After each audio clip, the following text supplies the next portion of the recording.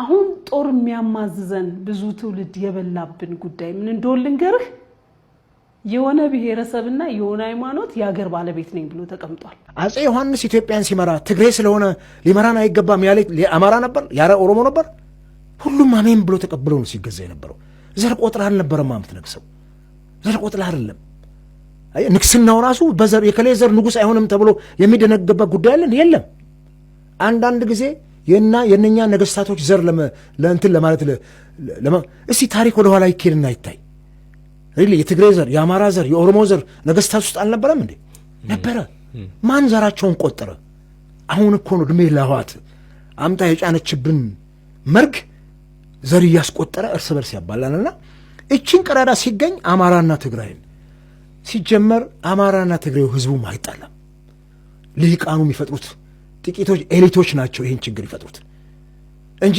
ትግሬና አማራ መቼ ነው የሚጣላው ይሄው አብሮ አይደለም የሚኖረው ዛሬ ከትግራይ ላይ ያለውን አፈሳ በመፍራት ወደ አማራ ክልል የሚመጡ የትግራይ ወጣቶች ይሄው በሰላም ይኖሩ አይደል የዛን ጊዜ ጦርነቱ ጊዜ እንኳን እኮ በጣም በርካታ ትግራዮች እኮ ህዝቡ አቅፎ እኮ ይዟቸዋል ተወሱን ኤርትራውያንን እኮ የኢትዮጵያ ህዝብ ለቀው ሲወጡ እኮ ንብረታቸውን ጠብቆ እኮ የአማራ ህዝብ አስረክቧቸዋል ዝንጀሮ እንኳን ባቅሙ ይዘላል ከገደል ወተት ይሸፍታል እንኳን ሰው ሲበደል ይባላል ይሄ አዝማሪ እንትን ነው ወተት ይሸፍታል ይባላል ድሮ ስንንጣው ቤት ታልቦ በእንስራ ስንንጣው በሳር ነበር ቼክ የሚደረገው ቅቤ መያዙ አለመያዙ ሸፈተ ይባላል አኩርፎ ወደ እንትን ሲመጣና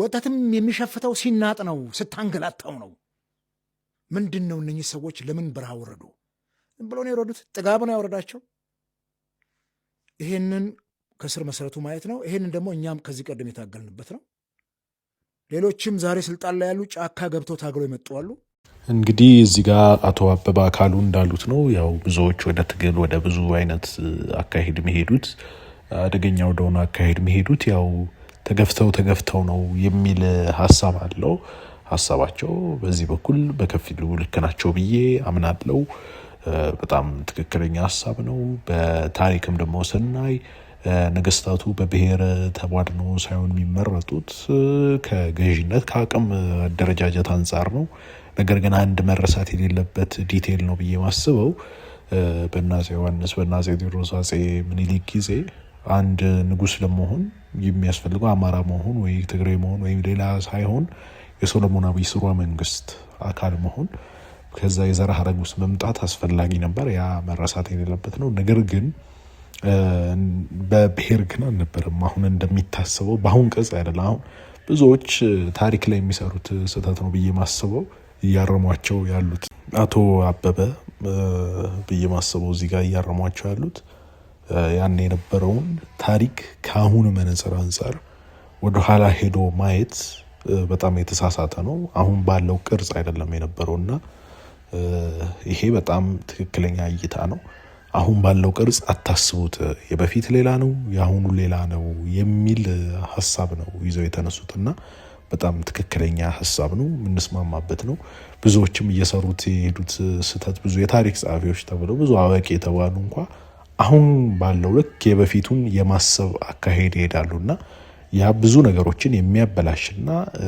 ወደ ትክክለኛ ወዳለውና አልባሌ አካሄድ እንድንሄድ የሚያደርገን አስተሳሰባችንን የሚያበላሽ ነገር ነውና በደም መስተካከል አለበት በዛ መልኩ ነው መታየት ያለበት ብዬ ማስበው ነው በበኩሌ እናንተ ምን ታስባላችሁ ኮሜንት ላይ አስቀምጡልኝ ማዝዘን ብዙ ትውልድ የበላብን ጉዳይ ምን እንደሆነ ልንገርህ የሆነ ብሔረሰብና የሆነ ሃይማኖት ያገር ባለቤት ነኝ ብሎ ተቀምጧል አስቴር በዳኔ በተመለከተ አንድ ነገር ልበል አስቴር በዳኔ ሰሞኑን አነጋጋሪ ሆናለች እና በጣም ያነጋግረች ነው ያለችው እኔ አይዶን ነው እሷን ከቁም ነገር አይታችሁ በራሱ በዚያ ያክል ደረጃ መነጋገሪያ ማድረግ በጣም ገርሞኛል ግን ቢሆንም ግን ንግግሯ ደስ አይልምና በተለይ በታሪክ ውስጥ አንድ የሆነ ህዝብ እና ሃይማኖት የዚህ ሀገር ባለቤት ነበር አሁን ደግሞ ጊዜው ተገልብጦበትና የሆነ የማይሰማ ጨካኝ የሆነ ትውልድ ተነስቶ ይሄንን ዘርና ይሄን ሃይማኖት እየወጋ ነው እጁን እየሰጠው ነው የዘራውን እያሳጨረው ነው በማለት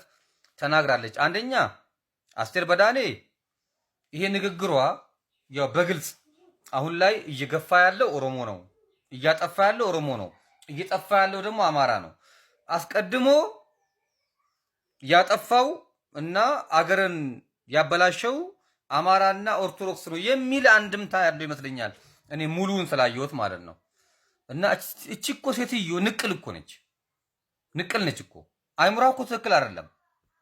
በነገራችን ላይ መንታ ምላስ ነው፣ እንደዚህ አይነት ምላስ ነው ያላት። መንታ ምላስ እንደፈለገች ነው የምትቦረተፈው። በቃ እኔ ምን አይነት አባት እንዳሳደጋት ነው በጣም እኔ ግራም ይገባኝ። አባቷን ባገኝ ቁጥጥ ነበረ ማረጋቸው፣ እሷን ሳይሆን አባቷን ነው መቆንጠጥ። በዳኔን ጋሽ በዳኔ መቆንጠጥ አለባቸው። እንዴት ያለች ልጅ ነው ያሳደጉት።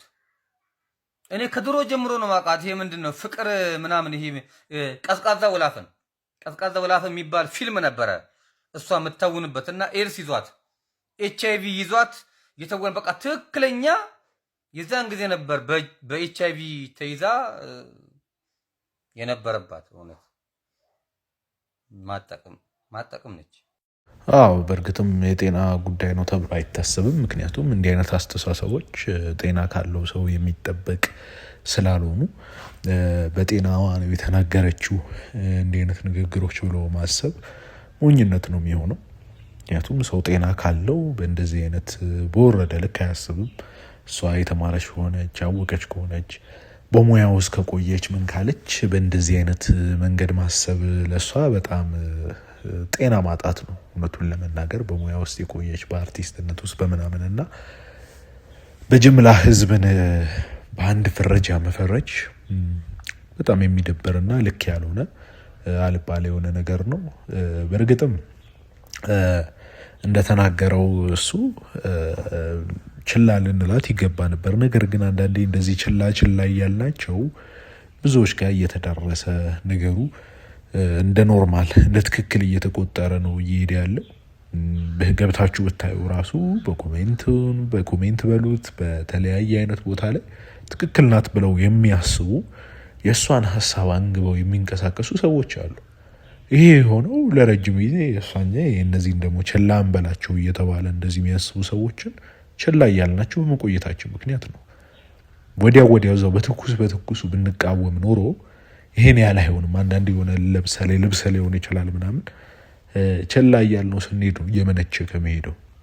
በጊዜ ግን ቶሎ ብሎ ጸዳ የሚያደርጉት ከሆነ እዛው እንደያዘ እንትን እያለ ይሄዳል። አይደርቅም፣ አይመነችክም ልብሱ እና ልክ እንደዛው ሁሉ አስተሳሰቦችም መንችከው ጠብቀው የሚሄዱት ችላ እያልናቸው ስንሄድ ነው። በዛ ጉዳይ አልስማማም ከሱ ጋር።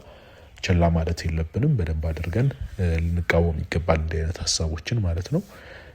እንግዲህ እንደዛ ነው እና ቪዲዮን ላይክ አድርጉ፣ ቻናሉን ሰብስክራይብ አድርጉ፣ ሼር አድርጉ ቪዲዮን። በቀጣይ እስከምንገናኝ ደህና ሰንብቱ።